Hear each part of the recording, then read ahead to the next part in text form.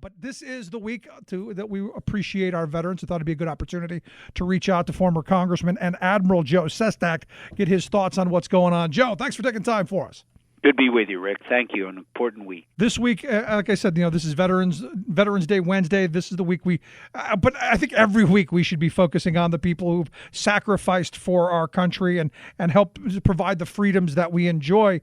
But someone sent me a video that of this Sergeant Tan who told this wonderful story about you're helping him and other vets as well. But I thought it'd be interesting to talk about that and maybe talk a little bit about Sergeant Tan's story. Sergeant Tan, a hero, done more than I've ever done in my 31 years as he sacrificed his two legs, a double amputee in serving our nation on the third tour, I remember, to Iraq. He came home, and suddenly he had a problem. He couldn't get the right physical therapy done. Someone said, call Congressman Sestak's office. He called. Actually, he didn't call. We heard about it, and a Navy captain, who I went off to the Navy with as we graduated from high school together, retired together, ran my office, Billy Walsh, another hero, and said, what's the situation? We've heard about you. So we worked it, got him the right health insurance coverage. Number two, he then had a problem with his tuition where he'd been at Cabrini. All of a sudden, people needed some money and helped pay up, but he double amputee, been to war, addressed the issue again as he came to us. But a third one was his wife, Cambodia, stuck up in a broken immigration system. Again, called the office, reached out, and took care of it. The issue isn't us. It's that here is a veteran that caught up in red tape in America, and a government of, for, and by the people wasn't assisting this individual who has done more than most of us would ever dream of doing. And so that's why we wanted to highlight him, what he did for this nation this week, on that is Veterans Week. And, that story is important because, the reality is we think about Congress people, we think about senators, we think about our elected officials. And, I think a lot of people have forgotten that they're there to help. I think we've gotten mired in this, this push-pull between ideology. But at the end of the day, they're still there to help. That's absolutely right. We kept our office as a congressman here in the district open 7 days a week, every day, up until 8 o'clock at night. We rotated about 50 interns underneath our staff so that everybody didn't have to obviously work 7 days. But here was the issue. We handled 18,000 individuals who came in over those 4 years with an issue from some woman who had cervical cancer, and her insurance company denied her care because 4 years earlier she had missed a $27 payment increase one time. Jeez. We also had children that came in with their parents who had autism, where the school board wasn't properly addressing their issue with a proper 504 plan. And so this is what I believe in a government of, for, and by the people, but it is for people. And so we made sure that people could come in and be properly addressed with their issues, their concerns. And frankly, that's why I walked across this state, to let people know I will walk in your shoes as your United States Senator.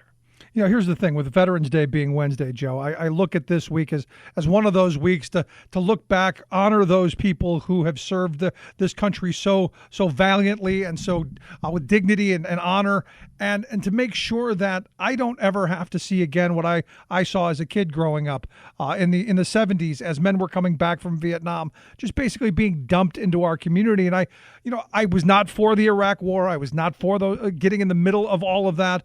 But I said at the time, if we're going to do it, the commitment that we have to make is if we're sending these men and women over there, we have to make sure that they get all of the services and all of the help and all of everything that they need without having to go through red tape, without having to go beg in public or do any of that stuff. And sadly, it's better, but it's not what it should be.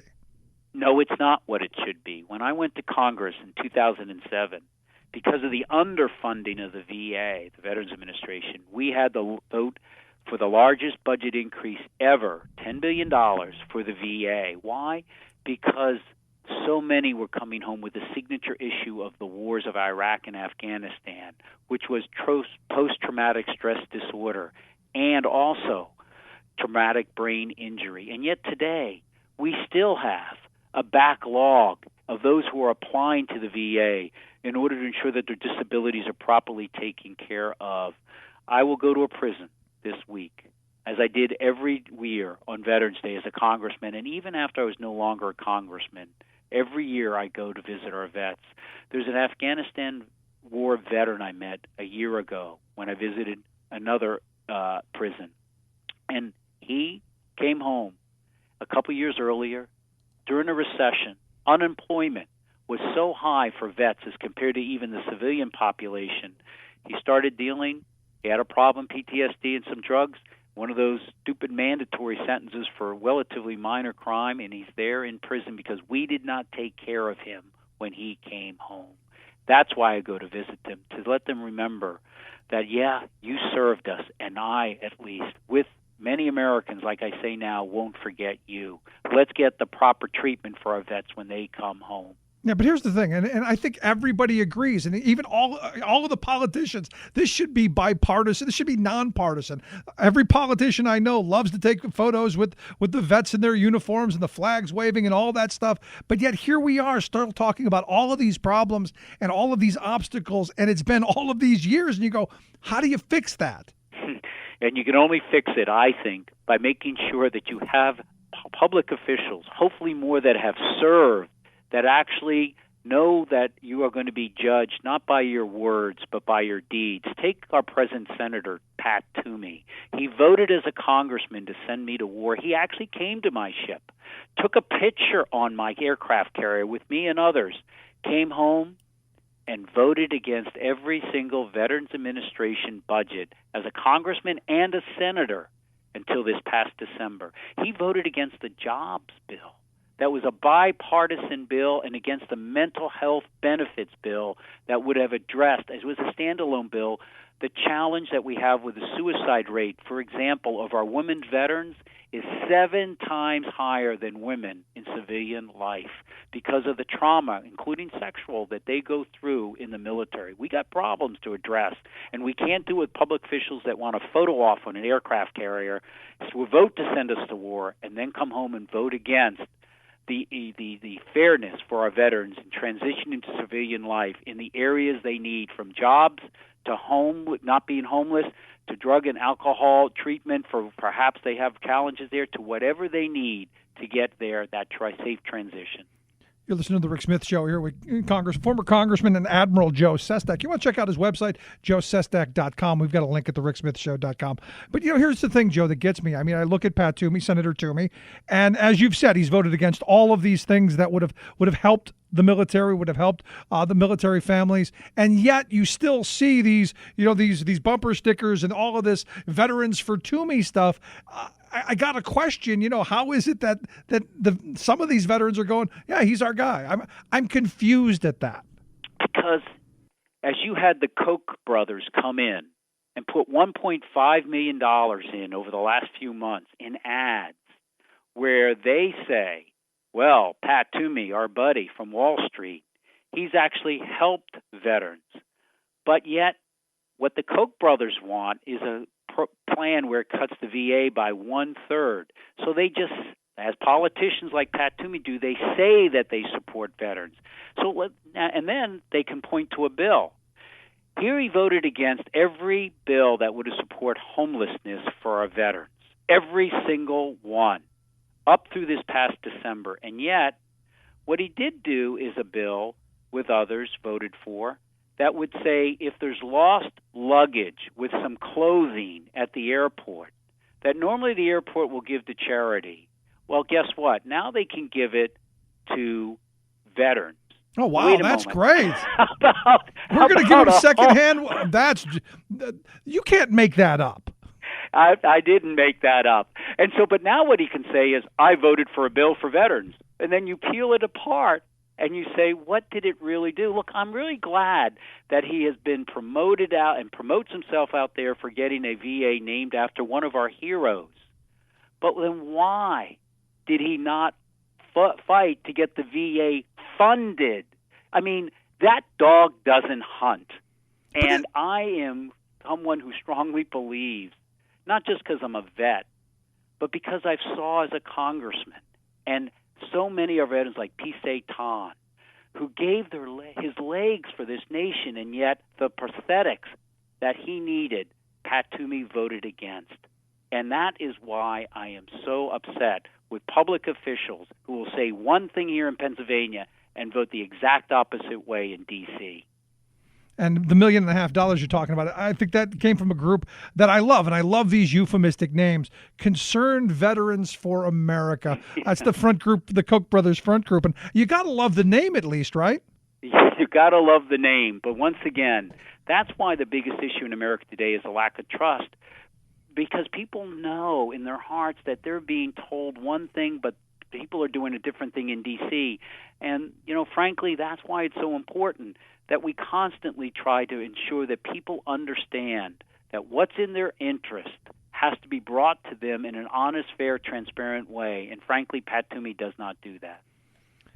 It's just amazing to me. Last question I've got for you. There's been a big controversy at the end of last week, and with you being a Naval Academy graduate, I wanted to get your thought on, and it's the presidential race, but that's all right. Ben Carson's gotten himself in a little hot water by basically the center of his whole life story being that he turned down a military academy scholarship. He called it. I think it's an appointment, but it's a whole nother thing. I'm curious, because the person I talked to on Friday was pretty ticked off by it. I'm curious your thoughts. Well, having gone through the appointment process, as you well say, Rick, and having overseen it as a congressman, because you don't just apply for a scholarship to the academies. You go through a selection process through your elected representatives. A congressman, a senator, a vice president, or the president of the United States must appoint you. For someone not to remember that they did or didn't go through that process is beyond the understanding of me. There's interviews that are done for that. You actually have to apply and fill out paperwork. You just don't get offered something after a meeting. It is one of the most, if not the most, meritocracy in points of selection that you can have. As a matter of fact, as a congressman, I had 3 layers. I had former a superintendent of the Air Force Academy on the selection board. I had professors, I had business people who would be around and select the best of the applicants. And when it came to me, I just reviewed it to make sure there was no egregious mistakes and approved it. So there was no politics involved. You can't forget that process. Yeah, no, because I remember, because as it was going on, I remember back to my being in high school, and there were 2 kids I knew who got appointments, one to the Coast Guard Academy and one to Annapolis, and there were a couple of us that had thought about, hey, let's try and go through that, and I immediately looked at it and said, my grades are horrible. There's no way I'm going to bother going through all of this litany of stuff to attempt to be told no. And which I didn't apply, but I could easily have said, like he did, I turned down the idea. Turned down the idea, and that's what people can say. But look, when I graduated, I did get accepted. But I will tell you this: the selection process today, the youth that are applying and are getting in, I don't think I could get in today. The quality of the youth that are applying to serve this nation is awesome. And thank the Lord every day for the youth of America, because we sure somehow make them great. Yeah. I'll tell you the last bit. I look at that statement by Ben Carson and I go, there's a guy who just politically not very astute, because this is a country that looks to its military with pride and with honor and respect the people who serve. This was one of those moments where he said, I walked away. Most times when you hear people, they try to prop themselves up and say they did more than they did. Yeah. And look, I think it points to an issue that we started off this whole conversation with a bit. This nation is yearning for those they might trust, to where it's not the word they say, it's actually the deed they do. And in my mind, this issue, or the failure to take care of our vets, is something that really speaks, I think, to what America most wants, a leadership that can be trusted. And I think it's far too absent down in Washington, D.C. Oh, there you go. The big primary coming up this March, I believe, right? Mark I think it's April. April this year? I think it's end of April. All righty. So we will have you back before then as things go on. If folks want to take a look at your website, joesestak.com. Joe, really great talking with you. I appreciate you taking time and sharing some of your thoughts. And best of luck this week, and happy Veterans Day. Happy Veterans Day to you, Rick. Thank you. Thanks so much, Joe Sestak. Again, joesestak.com. We've got a link at thericksmithshow.com. Quick break. Right back. Stick around. You're listening to The Rick Smith Show. We're working people. Come to talk. Has come.